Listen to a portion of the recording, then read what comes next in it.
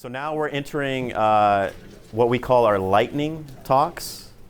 So 10 to 15 minutes. You're not going to really have much time for questions, but that's what we have. You can talk to Tom after his talk. But and also just real quick with Star Trek. Obviously, you got to watch all the episodes, but there's also tons of books as well that I'm a big fan of. So check it out. You can learn a lot from that as well. But without further ado, we have here Tom Podnar, and he's from Carnegie Mellon, and his presentation is called "Dirty Deeds Done Dirt Cheap." So take it away.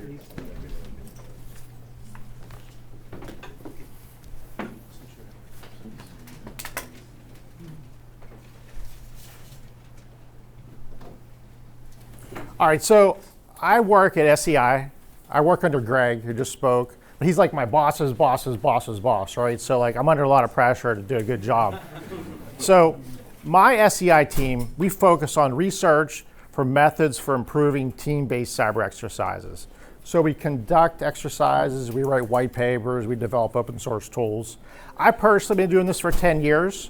I've done myself over 300 cyber range exercises, cyber exercises. We work with the Army, RCCs, CPT, cyber protection teams. We worked with over 25 unique mission elements, actually, the CPTs. Any Army, CPT, RCC folks here? No, okay, that's good probably for me. So this is a very important quote here. This is actually over 25 years ago, where George Tenet, director of the CIA, says, "We are currently building an information infrastructure, the most complex systems the world has ever known, on an insecure foundation. We've ignored the need to build trust into our systems, simply hoping that someday we can add the needed security before it's too late is not a strategy." So that was over 25 years ago. But as you all know, as cyber defenders, you are still tasked with one of the largest glass castles on the hill to protect, if not multiple glass castles. Being the defenders, you're at an inherent disadvantage. Today, though, we're really going to focus on defensive cyber operations, DCO. So from our perspective, the research we've done, the work we've done, we view cyber, and that was said earlier actually, as a team sport, but we view it as the weakest link sport. Kind of like from a soccer perspective. You have really good passing going on down the field, but the last link of that ball, if they're not really any good, then there was no point of the really good players earlier. So the goal here is to strengthen our weakest players for the greatest impact to winning from a DCO perspective. Those teams, sports analogy again, they need to train, they need to practice, and they need to scrimmage. Therefore, the cyber ranges. Now, I'm going to talk about techniques, perspectives for improvement from a planning, configuration, content perspective. So anybody that came to hear about like hypervisor swap out and wanted to like fight the VMware war or what have you, we can take that outside of this.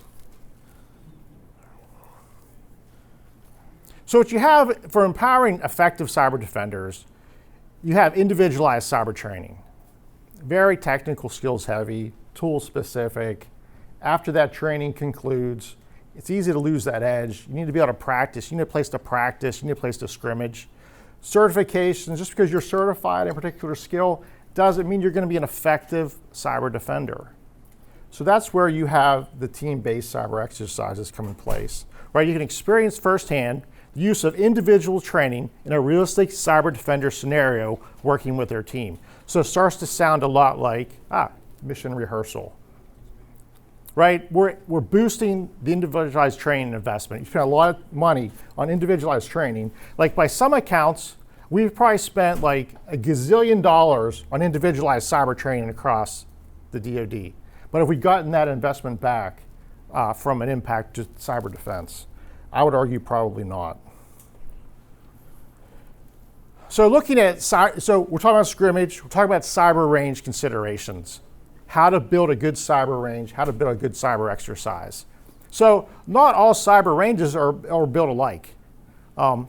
There's a lot of, we're going to talk about here, a lot of core foundational components that based on our research, based on our exercises, are really important to have an ideal cyber range for maximum impact, right? So you have to have technical and scenario realism. Or very quickly, the participants are going to say, hey, it doesn't happen in my domain, it doesn't happen in my enclave.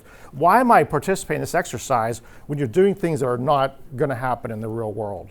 You need to bring in commercial tooling. I know that can get expensive, but you have to train as you fight. Why am I training on an open source tool when it's not what I'm used from a daily basis? We also include this idea of sufficient complexity, where these cyber ranges need to have complex topologies, simulated internet space. You need to have the mixed operating systems, application servers, web servers, file shares.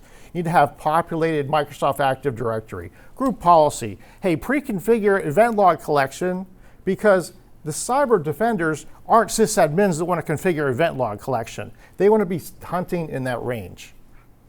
The other important thing in here is user and traffic generation. So critical. You see I have the analogy here of the little picture, hard to see maybe.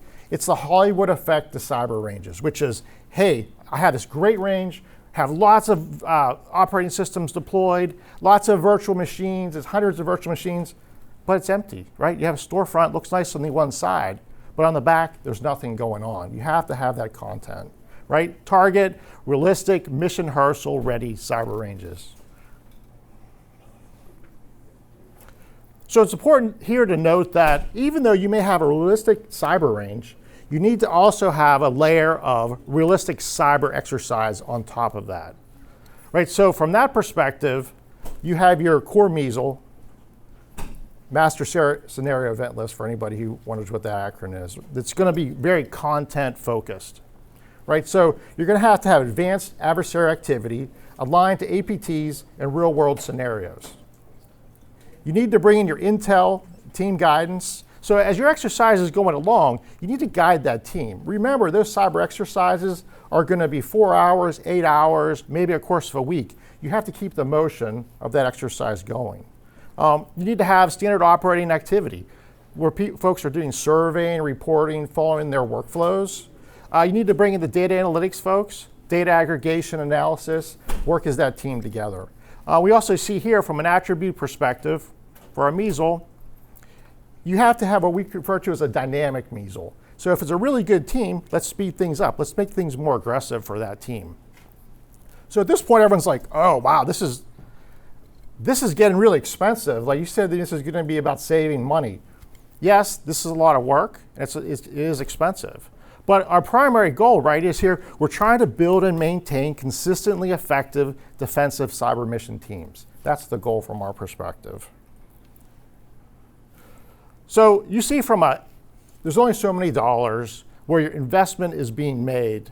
We view the lower impact investment path being building a lot more cyber range capacity, right? So the myth, from my perspective, from our team's perspective at least, is building more cyber capacity. Hey, I have 100 teams that are now able to use a cyber range. Or now this year it's 120 teams that can use that.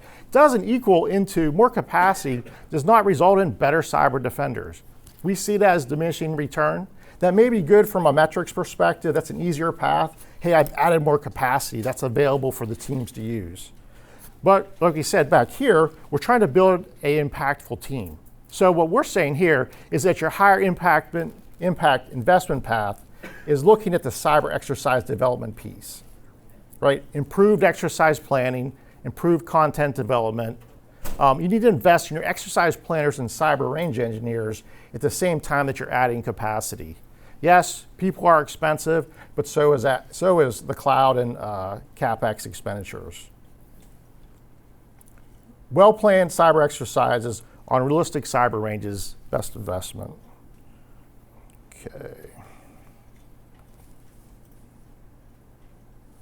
Some additional comments here, perspectives on additional measle planning. What you'll see is that often these cyber exercises become very technical, skills heavy. That's good. Practice your tools, practice your skills. But there's lots of other dynamics as part of that planning you need to take into account. You're really trying to strengthen those team dynamics, the workflows, reporting, teamwork, right? We always include, as we design our exercises, scenarios to force cross-team collaboration. What you find is people don't want to talk, so you force them to talk with that good measle design. And should always result in a good cyber lunch, right? We always see our cyber operators, they love to go to a good cyber lunch. Also, from a measle planning perspective, is global team involvement throughout that measle. So you have your intel people, your junior people, your senior cyber hunters, your analytics folks, your leadership folks. They all need to play a part in an exercise to build that teamwork. But it takes work to add that to the measle. Otherwise, you're saying, well, I'm just going to have technical things happen, which is, there's a lot more to add there. So from an attribute perspective, this is more of a side effect. This is actually one of the best side effects we see from well-built realistic cyber ranges, well-built realistic cyber exercises, is the impact of building battle cap and leadership throughout that exercise, right? So that person, that battle captain, has to discern deep and wide technical details. Very much have to be a generalist in many technical areas, but be able to drill in. You have the event fog. Initial assessments often change. Different data sources come in, different data analysis happens.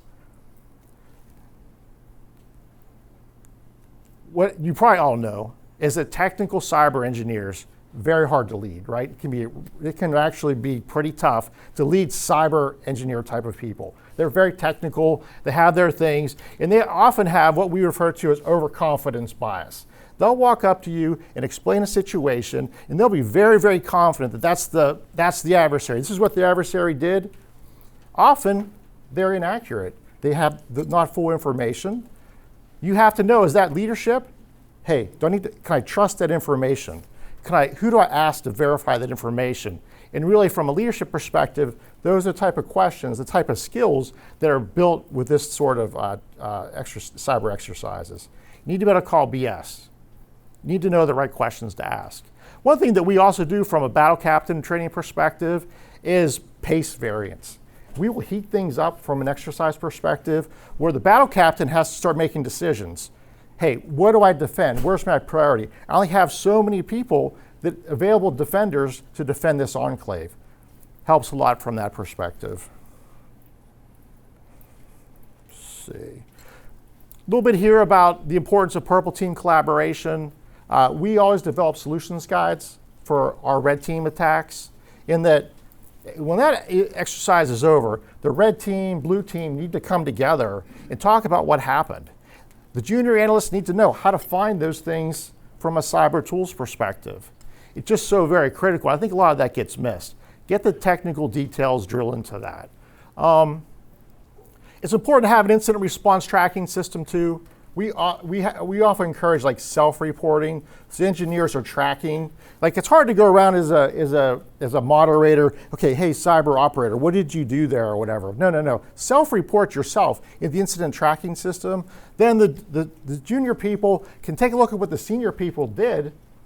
Thank you. Also getting feedback from a cyber. So a lot of the participants are good for future feedback. Here's our required AI and LLM slide. Right, we view LLMs force multiplier for range planning. We play red team too, and it makes us even sneakier. Right, there's a lot of stuff we can get empowered, asking questions to help us put things together from a technical perspective.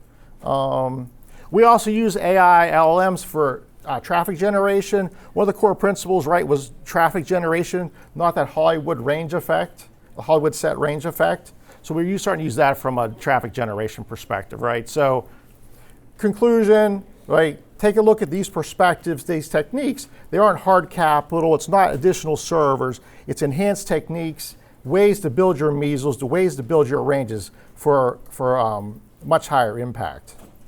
Right, so back to our goal, build and maintain consistent, effective cyber mission teams. So at this point, you're like, okay, well, how do you, it's proved to me this is actually, a good idea.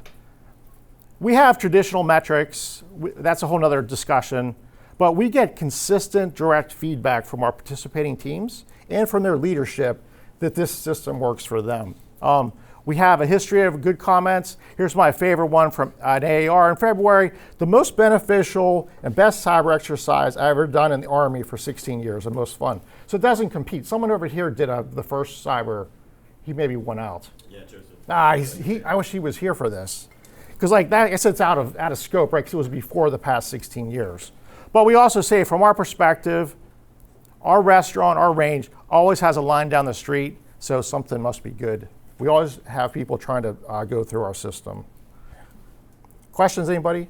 We wrap? Yes, Yeah. sir. Just real quick, how do you defeat the must-win attitude in your your defenders when you're doing an exercise? I mean, obviously the goal is to improve skill sets and practice it all, but the OPFOR always has I got to win, I got to beat the other team. How do you get around that? I mean, I think it's more, they're really like, you mean from the red team perspective? Red team or blue team? I mean, it's always We don't really us see, versus we them. don't see that. We see them more, we don't see that competition. Like, we play red team for our exercises. We don't look at it from that perspective. The teams really look at it from a learning perspective. They're just learning their skills, their training, and it may vary across the different teams and environments. Yes, sir. These are the guys who put together like Cyber Flag, President's Cup, now out in Indo-PACOM and others, Insight training environment. It's a really good question. Normally the command chain will give us a index type of thing and what type of, when do you want to call it quits? Because you can keep on duking it out until the cows come home. What we go to is this more of the learning objectives. So we force towards certain behaviors and do the observations. We see those, like what you observe, we see that, but that's not the objective of the exercises. So we don't necessarily reward that. We just note some of that behavior. But also the military observers, the folks that we are working on behalf of, they will take note of that. And then what we'll do is we will do iterative type of exercises. Learn from that, we'll build it into the next iteration like we did with the old Cyber Flags.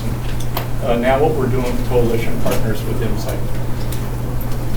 Yes, sir. How does one organization access your cyber range? Like for request access? You would, I give you my card. Okay. Yeah.